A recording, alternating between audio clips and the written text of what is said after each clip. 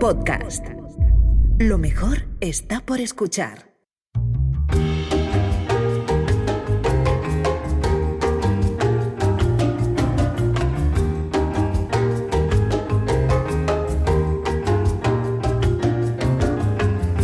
Mira cómo baila Jesús Callejo. Mira cómo se menea. Dale. Dale. Ponlo más alto. Que te gusta, ¿eh? Claro, con esta música igual te imaginan, pues vestido de... Yo te imagino vestido de hawaiana, moviendo la caderita. No sé por qué ibas a decir eso. Estaba seguro. Hawaiana. Claro, sí, hawaiana. No sé, yo por los tatuajes pensé que iba de Maori. Sí, el frío este es el adecuado para ponerse ahí una faldita tipo dale tutú. Ahí. No lo sé. Dale. Carlos Canales, tú de Mauri entonces, venga, te lo dejo. Venga, yo de Mauri, pero tengo Madrid al fondo. Esto tengo que modificarlo, esto no puede ser. Vaya viaje, David Sentinella, mira, ahora que habla de Madrid, la semana pasada hablando de Madrid y no nos vamos lejos ahora ni nada. Bueno, yo estoy aquí con el gualicho, tomando aquí un refresquito con el calorcito. Bien. Marcos Carrasco, perdón, pero ¿tú sabes qué es eso del gualicho? Yo no, la primera vez que lo oigo. Es un bicharraco que hay por ahí por el sur de... Pero esto es como cuando dicen vete a la Conchinchina o vete a la Patagonia. O sea, es algo como que se refiere, sí, un bicho raro que te come y te lleva a las profundidades. Ahí, en las antípodas, casi. Claro, Juan Ignacio, de los territorios que vamos a hablar hoy, tú no los has pateado, ¿no? No, los conozco, pero no los he pateado. Ya, me sorprendería que me dijeras... Sí, pues estuve allí cuando era no, joven. No. Allá en el siglo XIII. Pues quien ha estado cerca de por allí, Alberto Espinosa, también un servidor, Fran Izuzquiza, os saludan. Hoy viajamos hasta la Patagonia.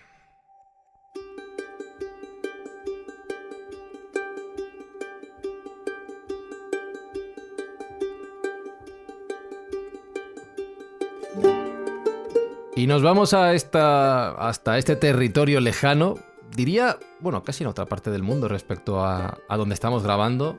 A Escobulandia no, porque Escobulandia alcanza todas las fronteras habidas y por haber. Lo vamos a hacer con nuestro invitado, que es periodista, amante de la historia, del misterio, de la España mágica, por supuesto. Le podéis escuchar, aparte de seguirle en otros sitios, en el podcast Enclaves de Leyenda y en La Rosa de los Vientos de Onda Cero. Álvaro Anula, ¿cómo estás? ¿Qué tal, Fran? Pues es curioso porque habéis mencionado al gualicho. ¿Sabéis cómo se dice en la Patagonia cuando alguien está obsesionado por amor o está enamorado? Dicen algo así como, vos estás engualichado. Engualichado, sí. Pues es una de esas anécdotas que vamos y seguro que van a salir a colación en este viaje a través del conocimiento, en este caso, a esa Patagonia mítica y mágica que, como vais a ver, tiene mucho que contar. Pues mi primera pregunta era ¿por qué nos vamos hoy a la Patagonia? ¿Es porque estás engualichado con ella, Álvaro? Sí, totalmente. Es un lugar en el que yo siempre digo lo mismo y viene muy a colación con esa frase que decía Paul Eluard, ¿no? De hay otros mundos pero están en este. Y sin duda la Patagonia es uno de esos lugares que, bueno, todos situamos, ¿no? Es decir, en lo que es el cono sur de Sudamérica, es decir, la zona... mayoritariamente estamos hablando de Argentina, pero también de Chile. Y sin duda es un lugar en el que puedes encontrar de todo. Puedes encontrar desierto, montañas, bosques, pero también, por ejemplo, clima polar en la zona de la Isla Grande de la Tierra del Fuego. Es decir, encontramos todo. Y si a día de hoy estos paisajes, estos parajes de leyenda nos llaman mucho la atención y nos atrapan, imagínate a esos conquistadores que se adentraban en tierras incógnitas que todavía estaban por explorar, siempre con esos indios o indígenas en la zona que no sabían muy bien con lo que se iban a topar. Entonces, ese mare magnum, ¿no? Ese totum revolutum de situaciones y de circunstancias, pues evidentemente, ¿a qué dio pie? Pues dio pie a la fantasía, a la imaginación, a la leyenda, que a día de hoy todavía en la Patagonia están muy, muy presentes.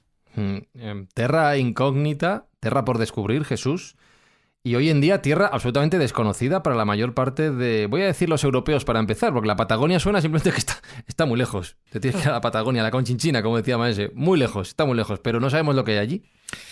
No lo sabemos porque nos pilla lejos, pero es verdad que todos estos lugares tan exóticos, tan alejados de nuestro punto de vista, ¿no? En este caso estamos hablando de España. Ten en cuenta que la Patagonia tiene una extensión como España y Francia juntos, o sea que nos resulta, primero, muy lejana, pero también muy exótica. Y de hecho muchos misterios están asociados a este lugar. De lo poco mucho que empezamos a saber de la Patagonia es gracias a Antonio de Pigafetta, que cuando hizo el viaje con Magallanes, entonces empieza a describir una serie de elementos que a los que nos gusta la lectura, pues se nos ponían los dientes largos, ¿no? En fin, los patagones, los gigantes, en fin, toda esa tierra que, como bien decía Álvaro, pues tiene una mezcla de cuevas, de montañas, incluso de nazis que se pudieron refugiar allí, ¿no? Para crear ese o resurgir ese Tercer Reich. Entonces tiene un poco de todo, incluso también megafauna, ¿no? Porque también allí están los milodones, ¿no? Esos armadillos gigantes, que dio también lugar a otro tipo de leyendas, o incluso alguna vez lo hemos comentado cuando hablamos de las criaturas lacustres, el Nahuel Huapi, otro de esos lagos encantados con sus monstruitos y tantas cosas. Así que nos llama la atención. Incluso se habla de templarios también, se habla de Santo Grial, se habla pues un poco de todo tipo de monstruos y de criaturas legendarias y míticas, que son un poco las que a mí me interesan, las que interesan también a Carlos. Yo recuerdo que además por indicación de Carlos, que siempre me recomienda algún libro que otro, leí el de Bruce Chatwin. Y entonces el de Bruce Chatwin también me entusiasmó muchísimo, ¿no? En la Patagonia es un libro ya que tiene unos cuantos años, pero que le habla, es más que un libro de viajes, es un libro un poco de experiencias personales, se va encontrando con unos y con otros, y allí incluso habla, como no, de Buzz Cassidy, ¿no? Y de Satnam Kid. Acordaros de Dos hombres y un destino. También estuvieron por allí en la Patagonia. Es decir, que al final la Patagonia, a pesar de que ninguno de los que hemos estado aquí, salvo Álvaro Anula, hemos estado, pero sí que conocemos algo, sí que nos apasiona, sí que nos atrae, sí que nos fascina y sí que nos gualinchea. Así que de todo eso y algo más es de lo que iremos hablando. A ver, David, Carlos. Pero fíjate, ya que has utilizado el tema de lo de gualinchear, ¿no? Y que lo he utilizado ya al principio por el tema. ¿Qué es? Pues el espíritu de la naturaleza, entre otras cosas, sí. ¿no? Entonces, algunos tú sabes, Álvaro, que lo pueden asociar a la mala suerte, pero por el tema de la fuerza de la naturaleza, las tempestades, los obstáculos que pueda haber en el camino, ¿no? Pero que también está muy presente allí en el folclore. Pero a mí fíjate, hablar de la zona de la Patagonia, hay algunas películas, como por ejemplo, estamos hablando o me estoy refiriendo en este caso al Señor de los Anillos, que se grabaron o se rodaron, por ejemplo, en Nueva Zelanda, pero es que bien perfectamente podían haberse grabado en las Torres del Paine, ese parque nacional que es alucinante, con una imponente belleza por los glaciares, por los lagos turquesa, por todo lo que es la zona, que además es que, bueno, tú que has estado ahí, yo lo que he hecho ha sido sobre todo editar vídeos y ver la parte documental y fotográfica. Tiene que ser alucinante esa zona. Es una de las partes, en este caso las Torres del Paine, pertenece más a Chile, no es Argentina, sí. Pero está ahí en lo que es la estepa patagónica, y que incluso está considerada una de las 8ª maravillas del mundo, ¿no? Sí, no, o sea, es un lugar que, ya digo, quita el hipo. Estamos hablando, pues, por ejemplo, de una auténtica maravilla, pero has mencionado, David, las Torres del Paine, pero podemos también hablar del monte Fitzroy, es decir, el Chaltén, que además era la montaña sagrada para los tehuelches, que también está muy relacionado también con los gigantes, que seguro que salen a colación. Pero bueno, también tenemos enclaves que son conocidos por todos, como por ejemplo el famoso Perito Moreno, es decir, que es un lugar que atrae mucho, que tiene muchos puntos turísticos, pero también tiene otro lado diferente, otro lado muy, muy desconocido, y que, bueno, es lo que decía Jesús, es que estamos hablando, para que nos hagamos una idea, que sería el 35% del territorio de Argentina. Y bueno, luego sí que es cierto que también el 15% de Chile.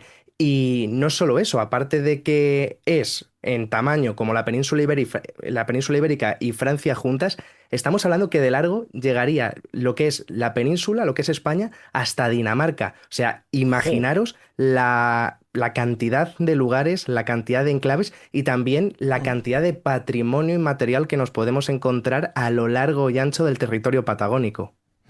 Carlos. Sí, yo lo quería decir, bueno, yo no conozco la zona argentina Patagonia y tampoco la zona sur, pero sí conozco hasta el lago Yanquihue, la zona, la provincia de los lagos en Chile, que está, pero está al Sí, otro sí, lado sí. de la cordillera, pero no tan al sur, no tan al sur. Y la verdad es que es una zona además totalmente diferente, pues una zona boscosa y llena de lagos, y la Patagonia es en su mayor parte, es habla cordillera, una inmensa llanura. Pero el libro de Bruce Chatwin, que además cuando me lo regalaron mi padre cuando era un niño, debe ser un libro del año 77 o 78, es un libro alucinante. Yo creo que es el único libro en mi vida que tengo subrayado, marcado, anotado, bueno, por todos lados. Y me pareció un libro genial porque mezcla todo. Ese libro de viaje es perfecto en el sentido que tú cuentas lo que vas viendo, pero lo vas mezclando con una historia mítica que tú llevas ya en la mente y que vas desarrollando con la realidad. Entonces es que tocaba de todo, desde animales míticos hasta los colonos gales y sus leyendas en la zona del Chubut, el tema de las focas, el exterminio de los indios, el tema de los grandes estancieros ingleses. Bueno, es una maravilla el libro porque mezcla leyendas, tradiciones, mitos, costumbres, lo que tú vas viendo. Me pareció genial y me llamó la atención porque, claro, está hablando de un territorio prácticamente vacío. Para el inmenso territorio de tamaño que tiene, ahí no vive nadie, realmente. Son 4 gatos, literalmente. O sea, la policía argentina ha abierto el sector de Buenos Aires. Entonces, claro, se habla de un lugar que, claro, que en el sentido del explorador auténtico, del explorador antiguo, en el modelo siglo XIX, era el lugar perfecto. Incluso habla de los Boers de Sarmiento, que es una cosa ya absolutamente alucinante. Los que fueron a la Patagonia al acabar la guerra anglo-boer. Entonces, es toda una cosa absolutamente disparatada de mezclas de gente de origen diferentes, de historias rarísimas, de las revoluciones anarquistas de los mineros a principios del siglo XX o finales del XIX. La verdad, me pareció un libro genial y desde entonces estoy muy obsesionado con el tema de la Patagonia y es uno de los lugares que sinceramente me gustaría ir, sobre todo eso, la zona sur, porque me parece que es de los pocos lugares mágicos y en cierto modo totalmente desconocidos que quedan todavía en el mundo. Una escóbula en la Patagonia estaría muy bien. Pues si buena alguien idea, escucha venga, y a ver si alguien Vamos, lo lleva. Venga. yo creo que lo firmamos Ya todos. está, ya está. Venga, Nos vamos vamos con para allá. Álvaro y que nos haga de guía. Porque, Álvaro, ha habido una palabra que ha surgido ya 3 veces. La palabra gigante. Me ha quedado claro que es un territorio gigante. Jesús Callejo ha dicho que allá había monstruos o bichos, leyendas gigantes.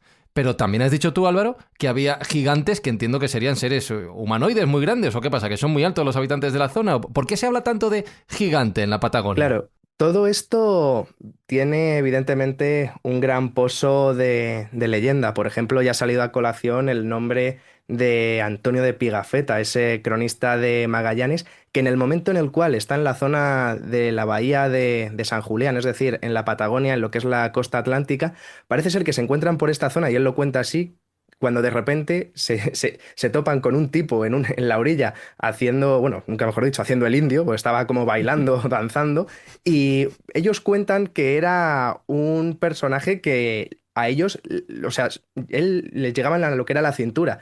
Y lo curioso es que en señal de paz lo que hacen es desembarcar y también ponerse a hacer el indio, pues para que vean que van en señal en señal Bueno, pacífica, ¿no? Y claro, en ese momento consiguen que estos patagones, que los llaman así, bueno, hay unos que dicen que es por ese personaje patagón que encontramos en Primaleón en 1521, en ese libro de Francisco Vázquez. Otros hablan de que tiene una raíz portuguesa, ¿no? De patagao, que significaría algo así como patón, con pies grandes, ¿no? Pues bueno, se hacen amigos de estos patagones, que es como los llaman, por esa gran magnitud que tienen, hasta que, bueno, parece ser que cogen a 2 de estos patagones, les ponen una especie de argollas en lo que son los tobillos, empiezan a jugar y de repente las argollas se cierran y allá la cosa cambia, ya no son tan pacíficos. Pero bueno, esto, por ejemplo, es lo que nos cuenta Antonio de Pigafetta, pero por ejemplo, García de Loaysa también se topa con ellos y destaca lo mismo, que ellos les llegan a la cintura a estos personajes. Y esto en cuanto, bueno, luego también tenemos a los jesuitas, que para hablar de la Patagonia es fundamental hablar de lo que son los jesuitas en tanto en cuanto son ellos quienes se adentran en estos territorios inexplorados. Y uno de ellos, Pedro Lozano, dice que son tan altos estos patagones porque tocan a 50 indios de ración cada uno. O sea, bueno, encontramos historias de todo tipo. Luego, por ejemplo, Sarmiento de Gamboa es el que pone algo más de cábala en estas historias, porque él dice que sí, que son altos, pero aproximadamente 1,80 y demás. Los que sí que... Bueno, pues entonces es que éramos bajitos los españoles, Claro, ¿no? claro, Por lo no, que no, dices. es que... A ver, es que, Claro. ojo, no es la altura de ahora Claro. comparable con la altura de antaño. Claro. Y esto en cuanto a los españoles, pero por ejemplo los que dan más imaginación a estos patagones son los ingleses. Por ejemplo, si acudimos a Francis Drake, corsario para unos, pirata para otros, cuando hace de las suyas por la costa patagónica, se topa con estos personajes y dicen que miden 7 pies y medio, que sería algo así como 2,30 metros. Pero es que A la luego NBA. el comodoro Cierto. John Byron, cuando hace ese viaje en el HMS Dolphin circunnavegando el mundo, también se topa con estos patagones y él ya, bueno, dice que miden 9 pies, es decir, 2,70 metros. Iban aumentando según aproximadamente. llegaban. Ya ves. Claro. Es como Que van creciendo. Como lo que pescas. Van creciendo. Claro. Como el hombre Sí, occidental, o van sea, creciendo. entonces, se va como creando y se va como magnificando la bola. Y La leyenda. podemos decir que el que acaba con todo esto es un personaje que todos conocemos como es Charles Darwin. Charles Darwin, cuando está en el Beagle y precisamente cruza el canal del Beagle, que es más o menos donde se encuentra Ushuaia, Puerto Almarza y toda esta zona, él se topa con ellos y bueno, él dice que sí, que son estos gigantes patagones son grandes, pero lo mismo, estamos hablando de a lo mejor 1,80 aproximadamente. Y es muy llamativo, por ejemplo, lo que dice Charles Darwin, porque él dice que se encuentran con unos huesos también bastante prominentes en la zona y claro, con los que él va, dicen algo así como, mira, esos son los huesos de los gigantes. Y dice, no, a ver, estamos aquí hablando de la megafauna, una megafauna que como bien ya hemos comentado, pues era muy común en toda esta zona. Pues como vemos, se va generando ahí una bola bastante grande en cuanto a los gigantes patagones. De hecho, si acudimos a hay mapas del siglo XVI de los españoles, que a toda esta zona de la Patagonia la llaman la Regio Gigantum, es decir, la región de los gigantes.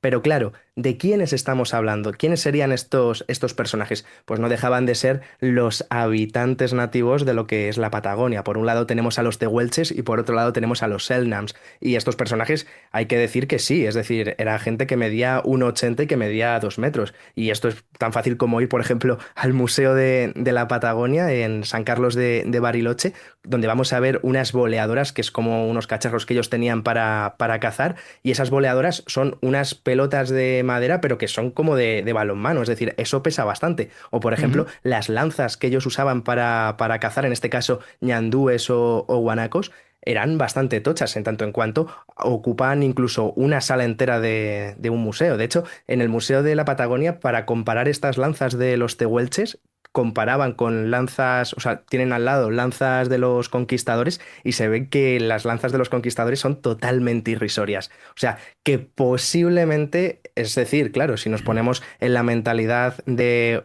un peninsular, es decir, de un español que hacía las Américas y se iba a toda esta zona y se encontraba con estos bichos, pues evidentemente que la fantasía y el pensamiento mágico, ¿qué les hacía pensar? Pues efectivamente que esos personajes no eran otros que gigantes que habitaban en las partes más inhóspitas del planeta. O sea, una cosa, Álvaro, y es que, bueno, he visto varias fotos de tehuelches, van envueltos en unas, bueno, estamos hablando del siglo XIX, envueltos en unas pieles. Sí que tenían una envergadura, porque la envergadura, si no es comparativa, si tú no tienes a un europeo al lado o otra persona al lado, lo mides por las cabezas. Es decir, las cabezas que caben, detectas la estatura. Aparte de que, por otra parte, fuera el boca a boca de la gente, ¿no? Que dijeran, jo, esta gente son enormes. Me llama la atención porque, fíjate, las razas en lo que es la fisonomía morfológica que están más cerca de lo que son las regiones frías,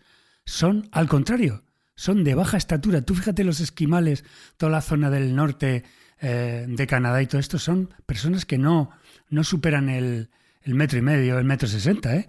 Y sobre todo, una cosa que ha dicho David es cierto, es decir, los españoles cuando fuéramos allí a ver a estas personas, obviamente tendríamos una estatura realmente, bueno, pues pequeña a su lado, ¿no? Pero me llama la atención eso de que hayan alcanzado 1,65 m, claro. Estas. Luego ya también me llama la atención el caso de los Selknam, que bueno, tú en tus escritos dices que precisamente me recuerda enormemente a lo que es el exterminio que hubo con los aborígenes de Australia, ¿no? Es decir, hay nada menos que ganaderos británicos, sí, los propios criollos y tal, que incluso pagaban por exterminarlos, sí, por niño cazado, sí. Limpia de... Y Sí, la eso verdad es que la población fue liquidada. exactamente, la gran pérdida que hemos tenido de la gente oriunda de allí, no como en otras zonas ya de Sudamérica, ¿no? Pero fíjate, a base de, en fin, cargarse a toda esta gente y limpiar las tierras para ir colonizando. Hasta los propios criollos lo hacían, ¿eh? Se calcula además que solo quedó tras el genocidio, pues está considerado como uno de los primeros genocidios de la historia, el genocidio Selknam. Se calcula que solo quedó el 3% de la población Selknam. Fíjate. O sea que es un dato bastante drástico y bastante demoledor, ¿no? Y también tiene mucho que ver con esa colonización que hubo de la Patagonia en pos sobre todo de la ganadería vacuna, de intentar explotar todas estas tierras, y los aborígenes pues parece ser que eran un estorbo. Y sí que es cierto, pero bueno, esto por ejemplo sí que nos han llegado fotos tanto de los tehuelches como de los Selknam y podemos verlas y podemos contemplar que sí, que eran personas bastante tochas, es decir, hoy jugarían en el CSKA de Moscú de baloncesto, o sea, la selección de Yugoslavia, es decir, eran tipos que vendrían muy muy bien. Pero fijaros, el tema de los gigantes patagones, toda esta parte antropológica y mitológica, básicamente, cuando el término Patagón viene cuando lo puso Fernando de Magallanes, precisamente cuando llega a esa zona y bautiza a los que eran nativos de la zona, al verlos así altos, los bautizó como patagones. Y ¿sabéis de dónde viene ese nombre? Ese nombre viene de un monstruo, que era el monstruo Patagón, que era el nombre que tenía una novela de caballerías española, que era Primaleón, que era escrito por Francisco Vázquez, que fue publicado en 1512. Entonces, este libro, en el que habla de esa novela de caballerías de Primaleón, que es la segunda parte de otro libro, bueno, pero dio nombre, fijaros que el nombre que le puso Fernando de Magallanes dio paso a que a lo largo de los siglos toda esa parte de la mitología sobre esas razas de hombres gigantes que había en la zona, sobre todo que habitaba todo el sur de América. Entonces es curioso porque el hecho de que fueran hombres altos y de que esa zona se llamara Patagonia, pues tiene que ver, que es algo curioso, con un libro de caballerías que se publicó en España y después en Venecia. Fíjate que no es el único caso, es como las sergas de Esplandián para California. Los españoles hacían mucho eso.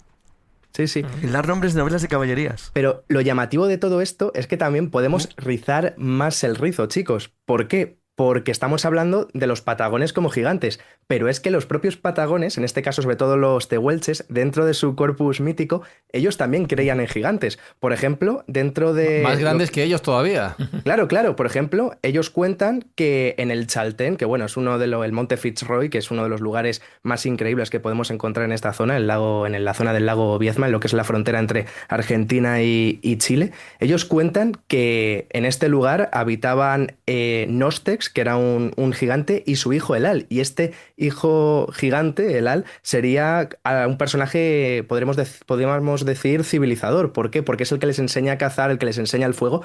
Pero es que hay más, porque, por ejemplo, en este museo que decía antes, en el Museo de la Patagonia, en el apartado cuando explican lo que son las boleadoras y demás, cuentan que los tehuelches creían que estos aparatos, estos cacharros, eran creados o habían aprendido a hacerlos de la mano de los Tazgul. Los Tazgul, que serían unos gigantes que también habitarían en lo que es la frontera entre Argentina y Chile, en la zona de los Andes. Entonces, como vemos, a mí me parece un detalle muy llamativo que no solo nosotros los veamos como gigantes, sino que los propios patagones también tenían sus personajes de gran envergadura dentro de su cosmovisión. Pero fíjate que con todos esos nombres, no me dirás que no podían pertenecer al mundo del mitológico del Señor de los Anillos. Sí, totalmente. Pero es que incluso lo de los nombres, cuando los españoles ponían nombres como California o como Patagonia basándote en novelas de caballería, es exactamente igual que si un explorador inglés ahora llamara un lugar, pues no sé, Aragorn o la no sé qué, o la Tierra Media, y le diera un nombre basado en una novela que es popular en su mundo. Entonces es curioso decir cómo usaban la literatura para dar lugar a la denominación de lugares misteriosos, extraños, mágicos o diferentes. Es una cosa muy chula de la exploración española. Literatura que a su vez estaba basada en mitos, porque en California se da el nombre de una amazona, de una mujer mítica que se supone que vivía en aquellos territorios. O sea que, a ver, era lógico que los nombres y la toponimia había que darla, y si no tenías un santo al lado, que por eso tantos nombres, ¿no?, en California que se dedican a santos y sobre todo franciscanos, pues tenías que buscar elementos mitológicos. Pero Álvaro, ahora que estamos hablando de gigantes, en fin, en el siglo XIX, como bien sabéis, hay como una gigantomanía, ¿no? Empiezan a aparecer huesos, en fin, de brontosaurios y dinosaurios que no son muy bien conocidos, y se piensa, no solo en esa época, sino también en el Renacimiento, se piensa que pertenecían a gigantes. Y por entonces estaban los freak shows, en fin, los famosos circos, donde se exhibían hasta enanos, gigantes, siameses, mujeres peludas, y los gigantes empiezan a hacer acto de presencia. Lógicamente ya se sabía, ¿no?, que había patagones gigantes en el sur de Argentina y de Chile, y tú mencionas un caso muy llamativo en Baltimore, ¿no?, donde, bueno, pues a falta de un buen teulche se exhibía un gigante, ¿no?, con un precio módico, y ese gigante supera con creces incluso la estatura que tú acabas de comentar. Es decir, que si no encontrabas un gigante, ¿te lo inventabas? Sí, sí. Estamos hablando de un gigante que me diría Jesús nada más y nada menos que 3,30 metros, sí. El gigante de Baltimore, que es como una especie ahí de gigante momificado, que además tendría 2 cabezas, o sea, un gigante de 2 cabezas de 3,30 metros. Mejor, ya por el mismo precio. Sí. Hombre, y esto se encuentra en un museo que, bueno, cualquiera puede visitar allí en Baltimore. Es como una especie de museo. Bueno, más que un museo, sería como una especie de gabinete de maravillas, que era de un tipo inglés que era empresario del mundo circense, y todos los cacharros que tenía se conservan allí. Y uno de estos cacharros es eso, en una vitrina, un gigante que él dice que es Patagón, que era del siglo XIX, que bueno, él lo llegó a conocer con vida, que lo paseó por Inglaterra, también por Nueva York. Y bueno, es como la historia que él, por decirlo de alguna manera, se inventa para darle más importancia y sobre todo también más monumentos económicos, pero sí, cualquiera puede acudir a Baltimore y ver esta figura. ¿Por qué? Porque nos da también la idea de la atracción y también la fama que tenían estos patagones, porque podía haber dicho que el gigante era de cualquier otro lugar, pero fíjate, decía que era eso, Patagón. ¿Por qué? Porque sabía perfectamente del contexto y de la evolución histórica que habían tenido los habitantes nativos y aborígenes de esta zona del cono sur de América. Siguiendo la tradición de este verano, Juan Ignacio, tengo ya el dedo puesto junto al botón de la música de la pregunta trampa. Es tu turno. No es ninguna pregunta trampa, es simplemente dar un dato que creo que tiene que ver un poco con lo que estamos contando de la Patagonia. Existe una película que hizo Humphrey Bogart, ya un Humphrey Bogart ya muy mayor, posiblemente la última película que hizo antes de morir, que se llama Más dura será la caída, donde se trata de promocionar a un boxeador que es gigantesco y que viene de los Andes. Se llama el gigante de los Andes, Toro Moreno, el hombre asesino de la Patagonia y tal, que en el fondo era un paquete que no valía para nada y tal. Pero yo lo veo relacionado de alguna manera con todos los mitos de la Patagonia, porque es que este hombre era verdaderamente alto y de una consistencia formidable.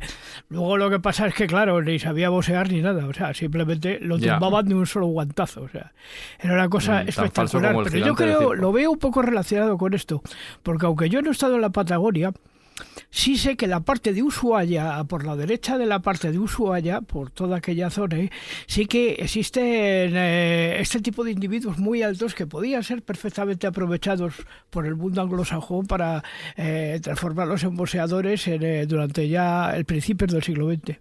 Y algo más, porque ya lo ha apuntado Álvaro en un par de ocasiones. Ha hablado de megafauna. Jesús ha hablado de los huesos de los dinosaurios y de todas las leyendas que también se construyeron en torno a los animales gigantes de la zona. Álvaro, claro, yo estaba pensando, si los humanos son gigantes, entiendo que los animales también tienen que ser grandes. Y también se contaba eso allí, ¿no? Claro, hay que tener en cuenta que la mayoría o muchos de los grandes hallazgos de megafauna han tenido lugar sobre todo en la zona de la provincia de Río Negro, entre lo que es Río Negro y el Neuquén. Y en toda esta zona, en la Patagonia, pues es que hemos encontrado desde gliptodontes, por ejemplo, los plesiosaurios. O sea, plesiosaurios, una de las mayores concentraciones de hallazgos de fósiles de estas increíbles criaturas, los hemos hallado en la Patagonia. De hecho, prácticamente hace unos días, de nuevo, en toda esta zona que he comentado, han surgido o han desenterrado del pasado de millones de años otra criatura que todavía estaba sin catalogar. Entonces, claro, esto llama mucho, mucho la atención. Y no solo eso, sino que, claro, estamos hablando de plesiosaurios que estamos hablando de millones de años, pero, por ejemplo, hay megafauna que posiblemente sí que el propio humano, y en este caso, por ejemplo, los antecesores de los tehuelches, pudieron conocer y tener presente esas luchas cara a cara, frente a frente, cuando intentaban cazar, y posiblemente hay reminiscencias de ello y han llegado a nuestros días por medio de leyendas de criaturas mágicas que todavía están muy presentes en la zona. Por ejemplo, me estoy refiriendo al Elengasen. El Elengasen, sí, todos hablamos, por ejemplo, del Nahuelito, que seguro que va a salir en unos minutos, pero, por ejemplo, la criatura que más siempre ha llamado la atención es ese Elengasen. El Elengasen, para que nos hagamos una idea, es un monstruo mitad humano, pero que tendría como una especie de caparazón de armadillo. Y es más, la creencia en este Elengasen estaba tan presente, estaba tan arraigada en la zona de la Patagonia, que, por ejemplo, Francisco Pascasio Moreno, que es más conocido como el Perito Moreno, ¿no?, que es el que da nombre al glaciar, este personaje que... Sí, que era uno de los grandes científicos que ha habido en la historia de Argentina. Él va en busca de este Elengasen, y lo que se da cuenta es que efectivamente no dejaba de ser una reminiscencia del gliptodonte, que es ese armadillo gigante que había habitado en esta zona hace 10.000 años y que posiblemente los primeros habitantes de la Patagonia pudieron conocer. Y de hecho es muy curioso porque el Perito Moreno cuenta que cuando se encontraban los fósiles de esta criatura, los propios nativos del lugar se acercaban y raspaban los huesos, y esos polvos que surgían los usaban para remedios terapéuticos. Pero claro, todo dentro de esta criatura que, bueno, ellos cuentan que era como el rey de los animales, y en función de cómo tú lo trataras, pues él se portaba bien. Y ese Elengasen dio lugar, pues como veis, a muchas expediciones y a búsquedas de estos personajes. El Río Negro, ¿no? Muy cerca del Río Negro. Eso es, en la zona de Río Negro.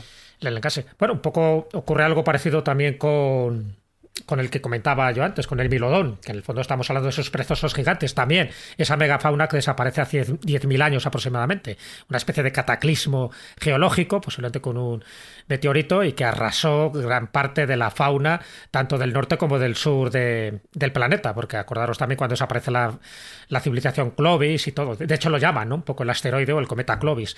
Entonces yo creo que en zonas tan alejadas y además tan poco pobladas, muchas veces ese tipo de restos que quedaron de esta megafauna de hace 10.000 años, claro, estamos hablando de una megafauna relativamente reciente. Si nos vamos a hablar del plesiosaurio, estamos hablando de 65 millones de años, con lo cual es más difícil de creer que quede algún ejemplar. Pero sí que en esos 10.000 años, no sé si quedaría algo o no por ahí todavía con vida, pero sí es cierto que los huesos y los fósiles que se encontraron sí que pudieron dar pie a este tipo de leyendas como esta que acabas tú de comentar, el Elengasen. Es decir, si tú ves una especie de armadillo gigantesco que no se entiende muy bien qué era, pues dices, ya está, mitad hombre, mitad animal, y cuando desaparecen animales o ocurre algún tipo de catástrofe, es más fácil asociarlo a un tipo de este tipo de criatura. En fin, yo no sé si ahí ocurrió algo parecido y que eso ha generado muchísimos mitos alrededor, ¿no?, de esta megafauna, mitos que tú además describes muy bien, porque hay bastantes más plesiosaurios, aparte del Nahuel Huapi que yo comentaba, ¿no?, en San Carlos de Bariloche.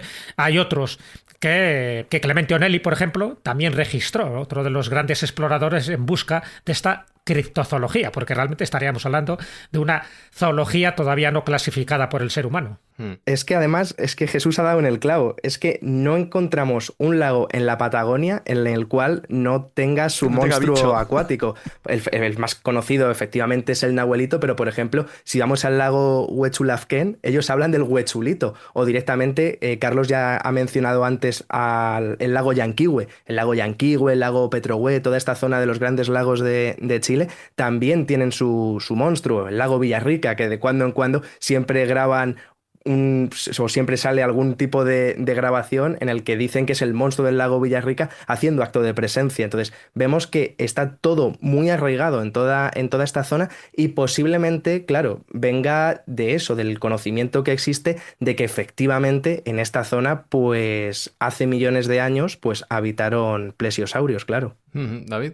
Pero fíjate, habéis estado comentando algunos, yo creo que hay otros como es el cuero del agua, que tú conoces bien, y el Yemish, que vendría a ser, no es igual, pero son parecidos, ¿no? Que es una especie como de perezoso, que también estamos hablando de animales mitológicos de la zona, criaturas acuáticas, aunque también se describen por parte de la montaña. De hecho, hay en escritos el naturalista florentino Ameniño, en 1897, él lo comenta, ¿no? Y escribe, lo documenta en los relatos de los indígenas de esta a finales del siglo XIX. Entonces, sería como un milodón, un perezoso. No sabemos si es animales que son mitológicos o animales extintos, que también entraría dentro de la lógica y que hubieran desaparecido, más que criaturas criptozoológicas. Posiblemente fueran criaturas que en aquel momento existían, pero que se extinguieron, igual que se han extinguido otros animales, por ejemplo en Australia, ¿no? Con otros. Pero yo creo que la posibilidad de que esos animales existieran, sí. Evidentemente que fueran casos reales. Otra cosa es todo lo que se les ha atribuido, todo ese poderío, ¿no?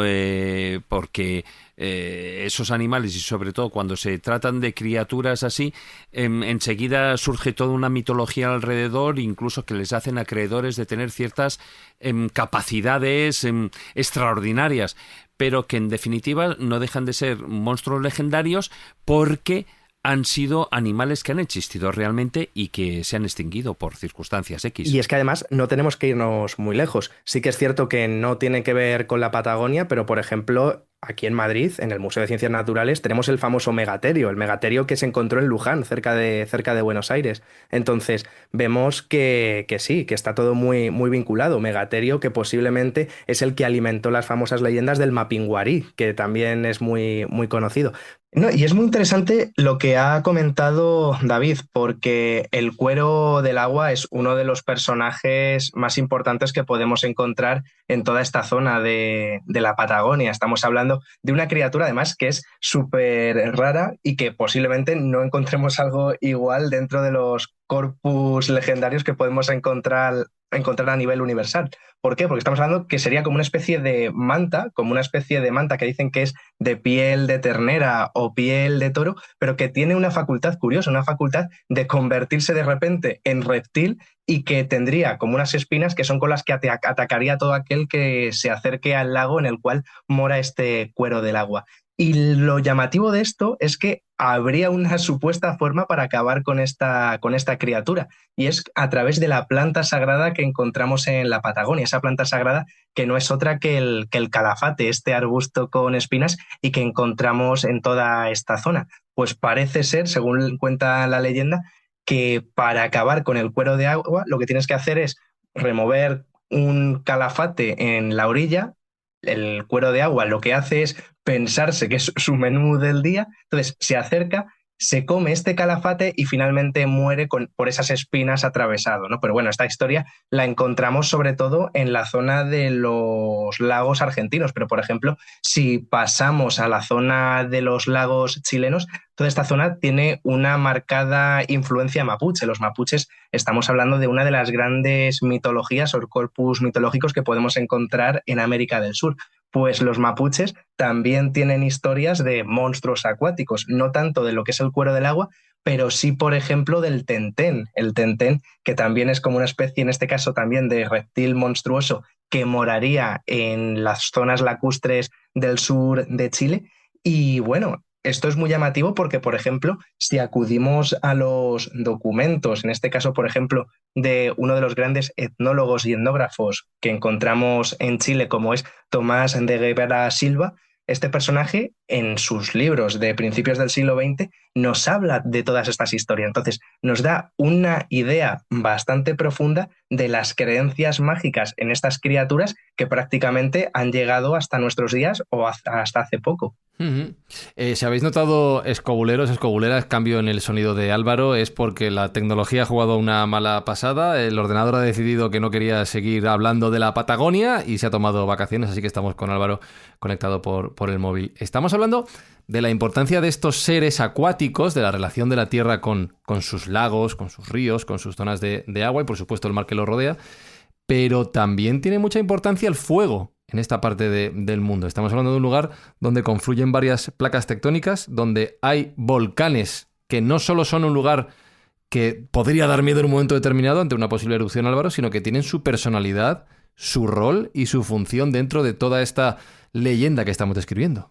Claro, y cómo no, sus guardianes, es decir, encontramos, como bien has comentado, muchos volcanes. De hecho, la montaña más grande de la zona, el Aconcagua, que bueno, sí que es cierto que estaría ya en la zona de Mendoza, ahí entre lo que es la Patagonia y La Pampa, también es un volcán, pero bueno, en toda esta zona en la que nos estamos moviendo, por ejemplo, uno de esos grandes colosos volcánicos que encontramos es el volcán Osorno con sus más de 2.600 metros, que además es muy curioso porque el menor día puede volver a activarse. A despertar. Claro, ¿no? incluso están esperando una gran erupción de este volcán, el volcán Osorno, que bueno, se encuentra cerca de la ciudad de Puerto Varas. Y claro, como es un volcán activo que de cuando en cuando... Que es la ciudad más bonita que os podéis imaginar. Sí, no, pues Puerto Varas es increíble. Chulísimo. De hecho, al volcán Osorno se puede subir y se ve Puerto Varas y el propio lago Yanquihue desde lo alto.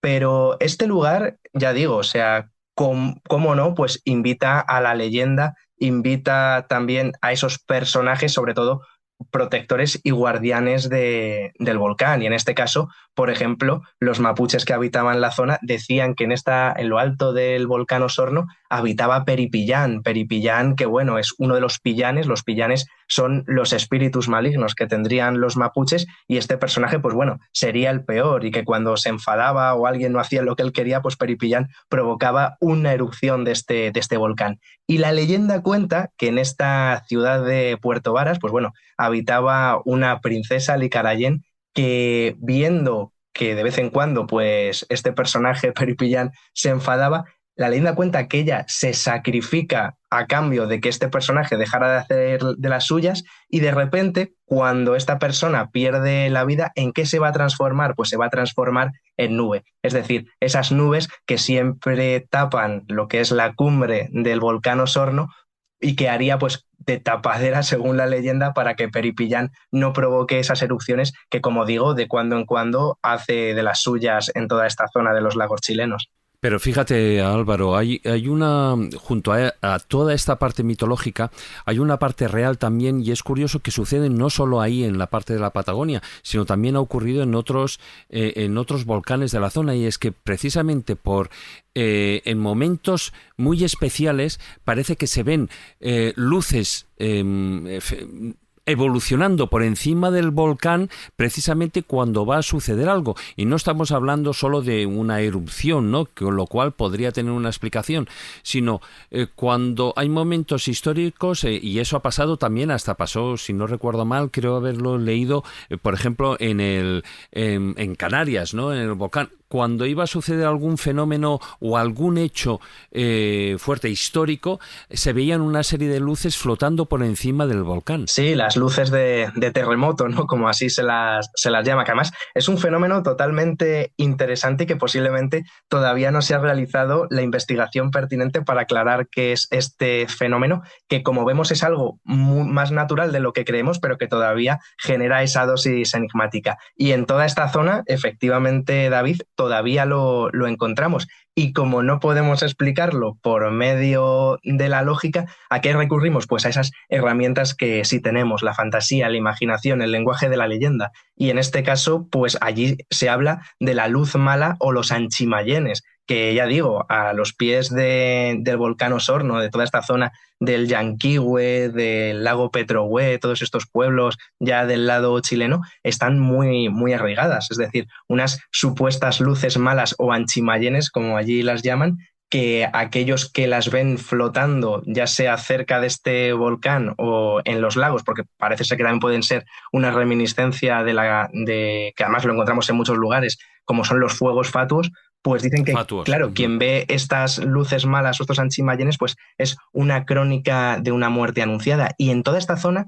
cuentan que estas luces serían provocadas por los cálculos. Cálculos sería como los magos negros de los mapuches. Y ya digo, la creencia está muy presente, pero es que luego si cruzamos la cordillera y nos asentamos en el lado argentino, allí también existen historias de estos fenómenos, de estas luces malas, o de estos anchimayenes. En este caso sí que los encontramos más en la zona desértica de la Patagonia y muy vinculados con los rayos globulares, que también, pues bueno, da también mucho pábulo a la incógnita y al enigma. Por ejemplo, en toda esta zona hay un lago, por ejemplo, que está más o menos a 3 horas de Bariloche, que es el lago Carrilaufquén, que allí también cuentan historias de que estas luces de cuando en cuando pues hacen acto de presencia. Y en Bariloche, por ejemplo, cuentan una leyenda de que había unos comerciantes con sus 2 chatas. Las chatas son los carruajes que encontramos en esta zona. De repente hay como un silencio enorme. Los animales que llevaban pues empiezan a ponerse nerviosos y frente a ellos aparecen esas luces malas. Unas luces malas que a ellos no les hacen nada, pero que los animales parecen enloquecer. Y hasta que estos anchimayenes no desaparecen, estos animales no vuelven en sí. Entonces, son historias vinculadas con luces extrañas, lo que Jesús, por ejemplo, llamaría las luces populares, que, cómo no, pues también están muy arraigadas y muy presentes dentro del folclore de la Patagonia, claro. Oye, una cosa, Álvaro, bueno, una pregunta, se me pega lo de Maese. Una pregunta trampa. Espera, vamos, dale. Porque has dicho que, bueno, esa especie de fuegos fatuos, esas luces que, bueno, pues los brujos, estos calcu, estaban vinculados con la enfermedad y la magia y con la muerte, etcétera, ¿no? Y que también están, bueno, visto desde fuera, parecen relacionados un poco con los Foo Fighters de la ufología también, ¿no? Que son esas luces esféricas pequeñas que se mueven o que se movían en la Segunda Guerra Mundial y que todo el mundo se quedaba un poco boquiabierto de un factor y origen inexplicable. Claro, ahí a lo mejor lo que también entra es en juego lo que se conoce como el fuego de San Telmo. De hecho, los Foo Fighters, ¿no? Por ejemplo, una de las explicaciones que se encuentra es eso, que se podía provocar por una reacción eléctrica en la zona de las alas, igual que ocurría, por ejemplo, en los mástiles de los barcos, ¿no? Sí. Pero sí, es decir, estamos hablando dentro de las categorías de luces extrañas, pues posiblemente sí que también tengan que ver. Y como no sabíamos explicarlo de forma fidedigna, pues ¿a qué recurrimos? ¿No? Esas herramientas que tenemos. En aquella época, pues bueno, se recurría efectivamente a lo que más cercano tenían, que es el folclore aparejado dentro de las culturas que tenían. ¿Cuál es el folclore que encontramos a día de hoy? Pues posiblemente los extraterrestres y todo esto. Y de ahí que, por ejemplo, se vincule muchas veces también dentro de lo que es el fenómeno ovni asociado a todo esto, a esos Foo Fighters, ¿no? Pero yo creo que estamos hablando de lo mismo y sobre todo en la base, la raíz, lo mismo. Intentar explicar algo que ocurre, que es una ley de la naturaleza, pero que las leyes de la naturaleza todavía están por explicarse en la mayoría. Jesús. Sí, no, era un poco un comentario a raíz de esto de lo que habéis comentado. Para mí son fenómenos geológicos naturales, este tipo de luces, que tiene que ver un poco con las placas tectónicas, tiene que ver posiblemente antes de una erupción volcánica, incluso antes de un terremoto, este tipo como de luminarias y de chispas se suelen ver, pero lógicamente son interpretadas luego en función del folclore y de las creencias populares, o bien como luces de elfos, o bien como almas en pena, o sencillamente como las luces del tesoro, como así se entiende, por ejemplo, en Brasil. Pero pero a veces también desde una clave ufológica. Desde mi punto de vista no tiene nada que ver con la ufología, sino más bien pues con fenómenos locales, de lo de las luces populares, porque son luces que tienen que ver o bien con lugares donde hay una carga de fosfenos o por ejemplo en cementerios donde se producen estas llamaradas, o sencillamente pues eso, con momentos previos a terremotos o erupciones volcánicas. Otra cosa es que sí que haya fenómenos ufológicos en alguno de estos volcanes. Acordaros del Popocatépetl, el volcán de México, donde entran y salen una especie de luminarias extrañas.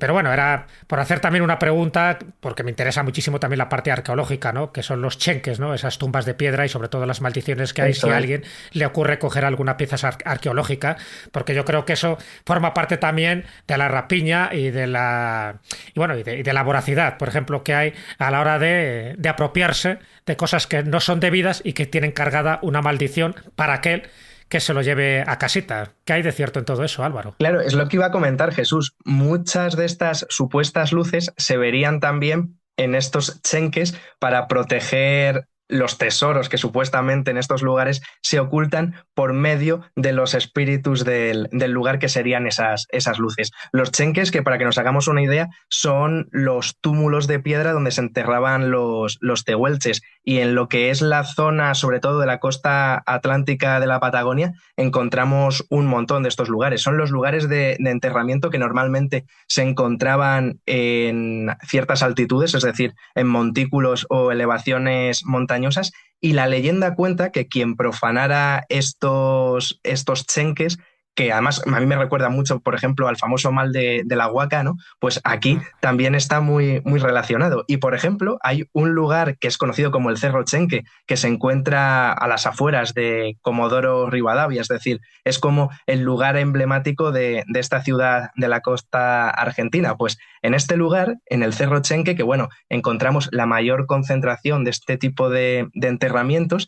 Y la leyenda cuenta que existe una maldición, la maldición del Chenque, porque dicen que quien sube a este cerro y empieza a intentar expoliar y se lleva algún objeto, este cerro, el Cerro del Chenque, y los espíritus moradores del lugar provocarían una especie de corrimiento de tierra. Pero es que la leyenda cuenta que si ese, podemos decir, expolio es muy grave y bastante prominente, lo que haría el cerro es caerse encima de Comodoro Rivadavia. Claro, esto parece una auténtica locura, pero parece ser que, y esto es tan fácil como meterte en Google y buscar el Cerro Chenque de Comodoro Rivadavia, han aterrezado toda la parte del cerro que da a la ciudad por si hay un deslizamiento de tierra y el Cerro del Chenque pues acaba encima de la ciudad. Entonces, bueno, ellos tienen la coña de eso, de que está aterrezado por la maldición del Chenque, y todo viene unido a eso, a que son lugares sagrados, lugares a evitar porque están protegidos por los espíritus, y en función de cómo tú los trates, ellos te van a tratar a ti. Y además, A ver, Álvaro, esto ya en el viso te lo pregunté y me dijiste que no. Pero tú sabes perfectamente cuál es el lugar y yo te voy a hacer preguntar tu opinión. ¿De quién son las manos de la Cueva de las Manos? Pues supuestamente son de mujeres, ¿no? Se dice que son de mujeres, pero es un auténtico enigma. Y es un lugar Está hablando de pinturas rupestres, ¿vale? Te lo digo porque ¿de quién son las manos de la Cueva de las Manos? Fuera de contexto dirá, coño, están mutilando manos y están dejándolas en la cueva. Lo explicaremos. La Cueva de las Manos es una cueva prehistórica que está en la Patagonia, y que representa unas manos, y como hemos estado hablando de gigantes y de cosas así y tal, estas cuevas, o sea, estas manos de la Cueva de las Manos, ¿a quién pertenecen? Esa es la pregunta que yo le hago, según su opinión, a Álvaro. Pues todo apunta a eso, que habrían sido pintadas por mujeres. Unas manos que las encontramos tanto positivas como negativas, que es un lugar totalmente espectacular. De hecho, es patrimonio de la humanidad en Santa Cruz, la Cueva de las Manos.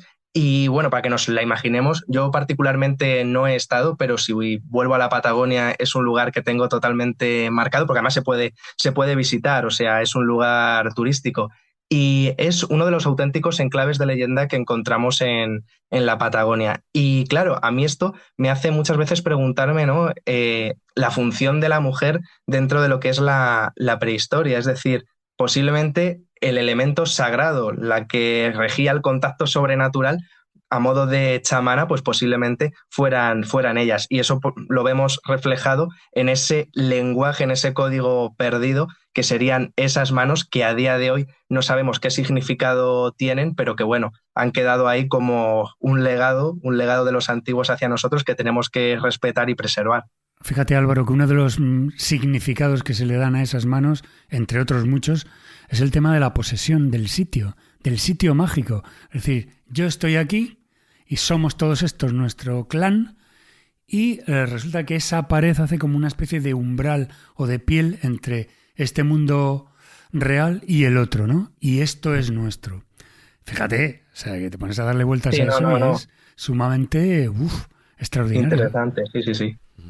Aún así, fijaros, si yo creo que hay un punto, un lugar donde podríamos llamar el rey de la mitología en la Patagonia, estaríamos hablando de la ciudad de los Césares.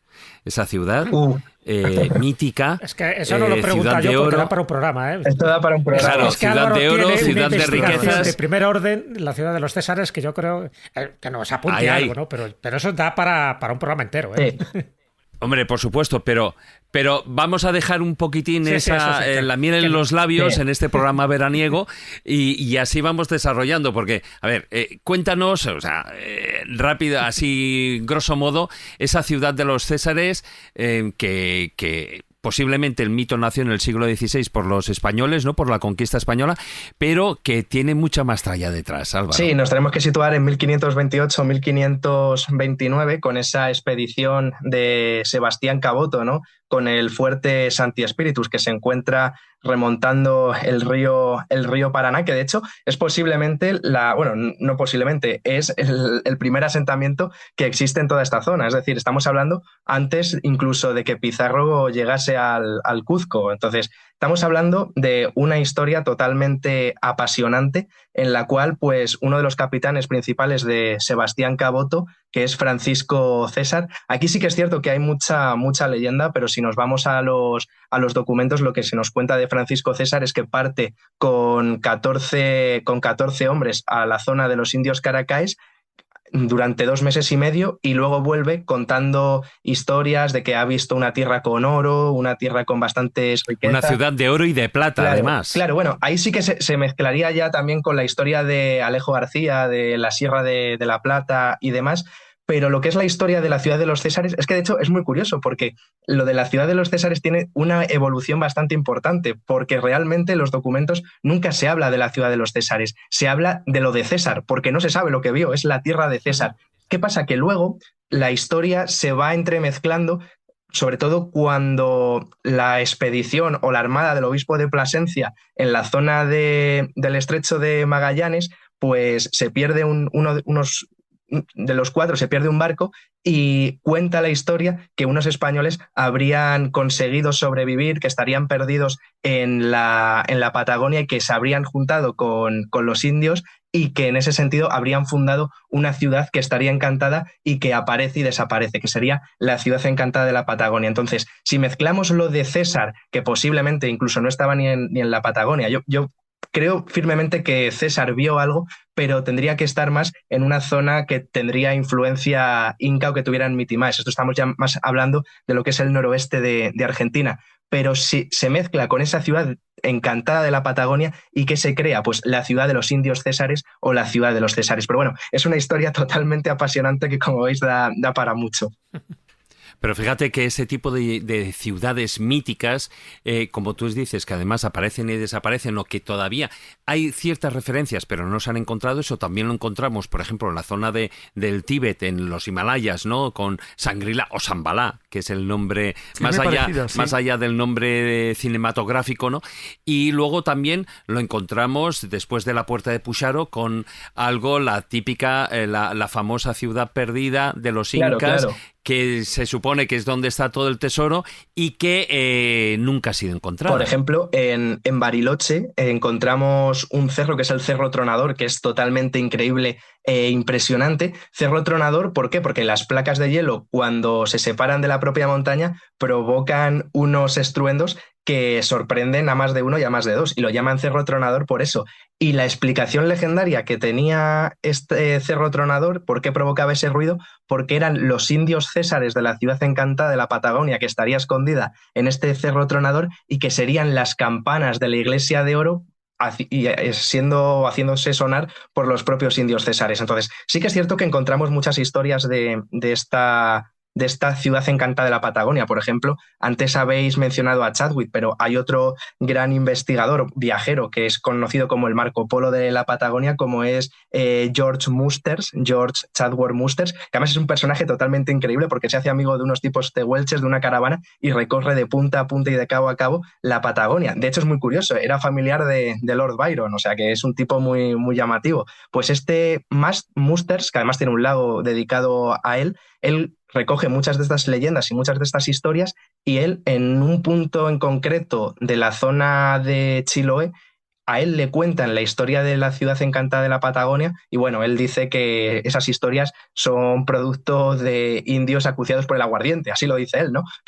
Pero encontramos muchas historias vinculadas con esa ciudad perdida, que posiblemente también existió, ¿eh? O sea, históricamente sí que es cierto que pudo haber una ciudad perdida de españoles que sobrevivieron a esos naufragios. De hecho, hace poco, en la zona del Puerto del Hambre, se han encontrado restos arqueológicos que pertenecían a los náufragos de la expedición de Sarmiento de Gamboa. Es decir, que no había nada que es una leyenda, pero que tiene pozos de realidad. Y es muy curioso porque aquí ya sí que entramos, o entran de lleno los jesuitas. Los jesuitas, por ejemplo, cuando empiezan a recopilar historias de los indios les cuentan de que sí, que hay una ciudad por ahí perdida más allá de la Patagonia, que la gente son igual a vosotros. Y dice, claro, eran los escoceses y los galeses que estaban entrando por la zona de Puerto Madryn. Entonces, vemos que son muchas leyendas, pero que realmente tanto los indios vieron algo como los españoles vieron algo.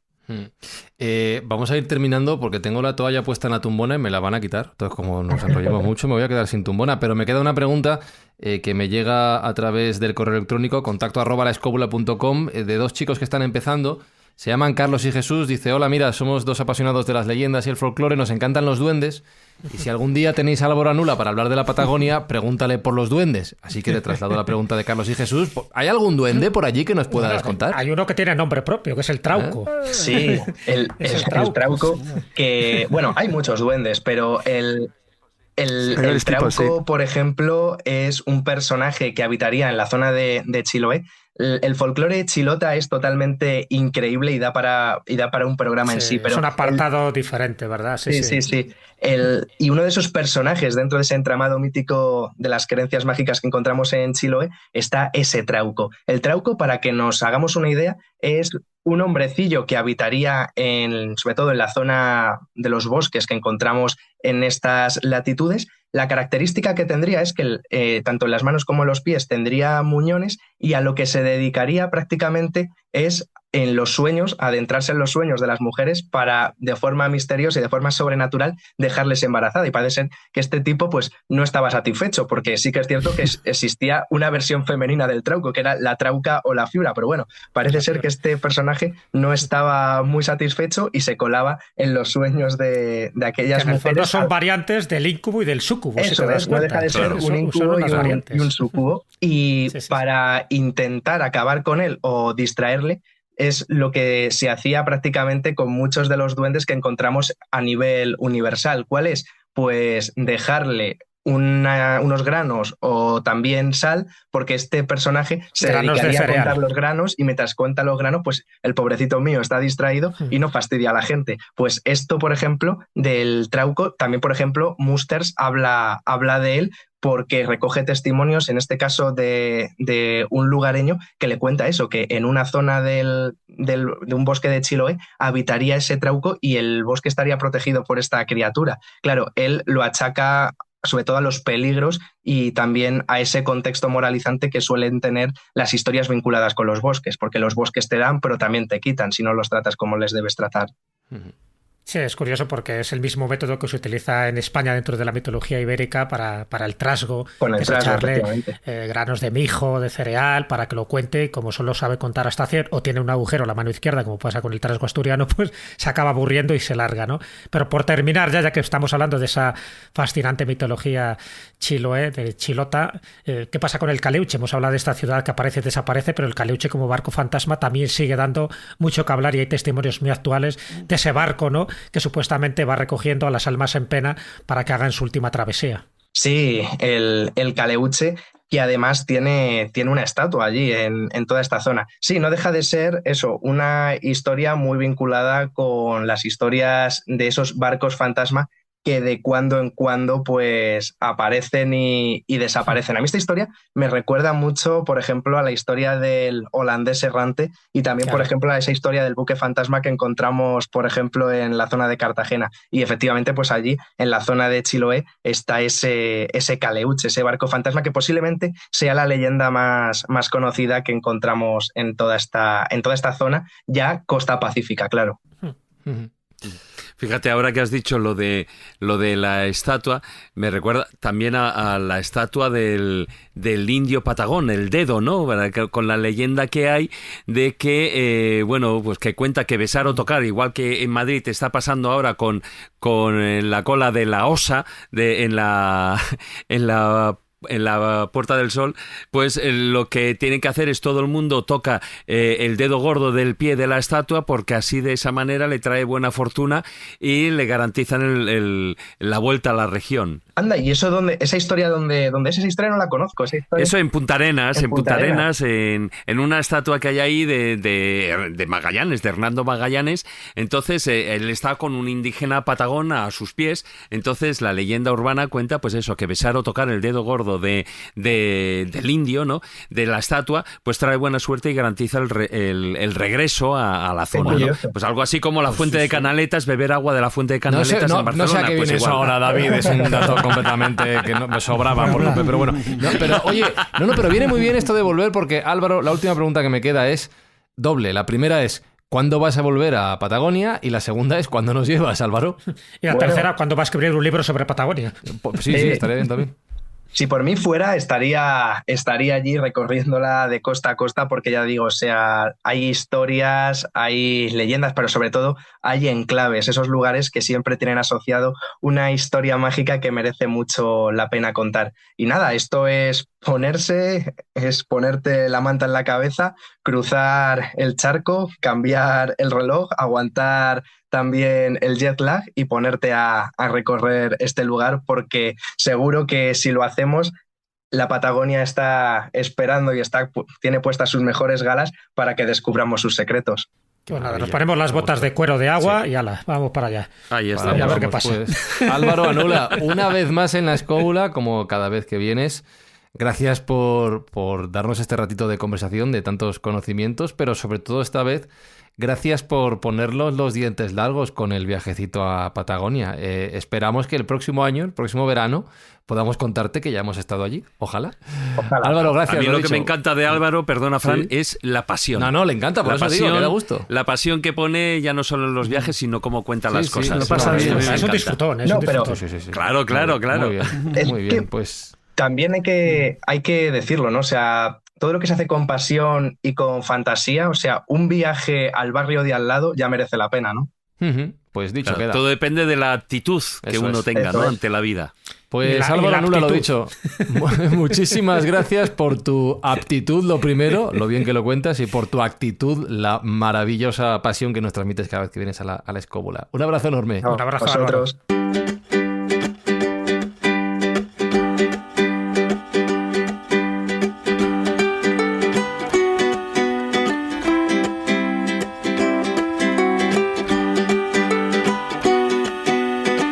Que tú no has estado tampoco por allí, Carlos Canales, ¿no? Esto te pega mucho ir por allí, por la Patagonia.